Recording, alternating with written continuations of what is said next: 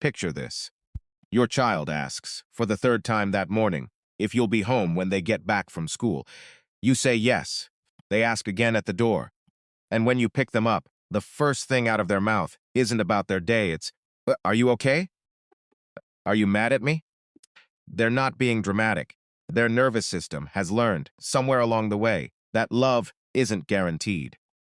That safety can be withdrawn.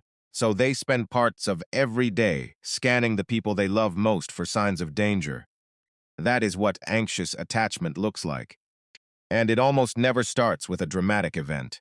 One thing you need to understand first. Researcher Mary Ainsworth discovered it wasn't how much parents loved their children that predicted secure attachment. It was how predictable the love was. A child who receives a 10 in warmth on Monday, a 3 on Tuesday, and an 8 on Wednesday doesn't develop security, even if the average is high, because a child's nervous system doesn't calculate averages. It calculates patterns. When the pattern is inconsistent, the child becomes hypervigilant, always monitoring, never quite able to relax into being loved. Here are the 5 habits that teach this. Habit 1. Your love is warm, but your mood shifts unpredictably. When you're present, you're really present. But when you're stressed, something changes. Your voice flattens, your attention shortens. You're not being cruel. You're being human. But what your child is learning is, love is real, and love is weather. Sunny sometimes, cloudy without warning. Children are biologically wired to read their primary caregiver as their safety indicator. When that indicator is unstable, their only job becomes tracking it constantly. The fix isn't emotional flatness, it's narration. Mama's tired today. It has nothing to do with you, and I love you exactly the same. That sentence gives your child a category for what they're already sensing. It teaches them that moods can shift without love shifting with them. Habit 2. You use affection as a reward. No one does this on purpose. But when your child behaves well, you're warmer. When they act out, they naturally get less of you.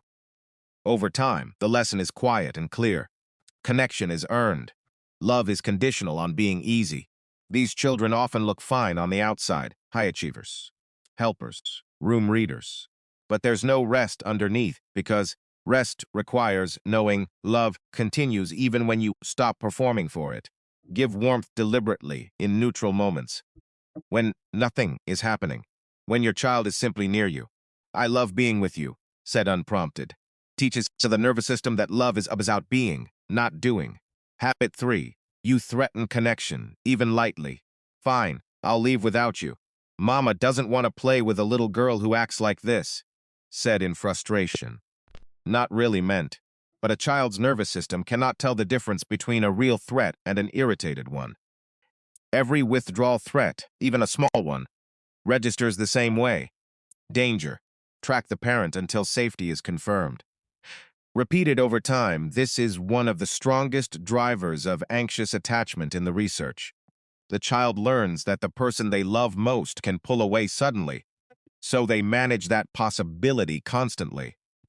Separate the behavior from the bond.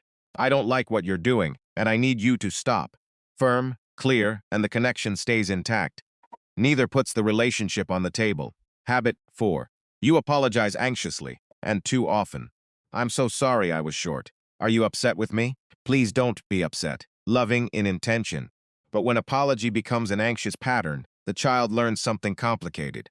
Your emotional state is my responsibility. They begin to reassure you. It's okay, Mama. You feel better. And they've just stepped into a role far too heavy for them, managing the emotional comfort of the person meant to be managing theirs. Apologize once, cleanly.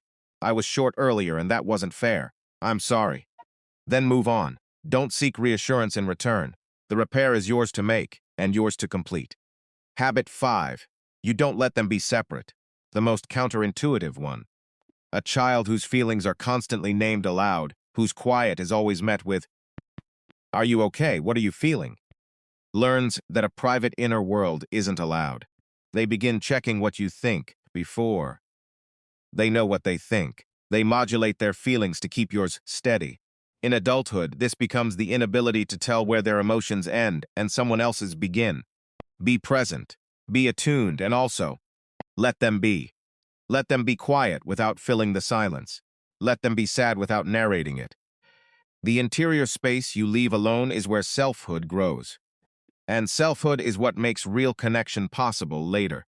If you're seeing yourself in one or several of these, that's not a verdict. That's information. The research is clear. Patterns are changeable.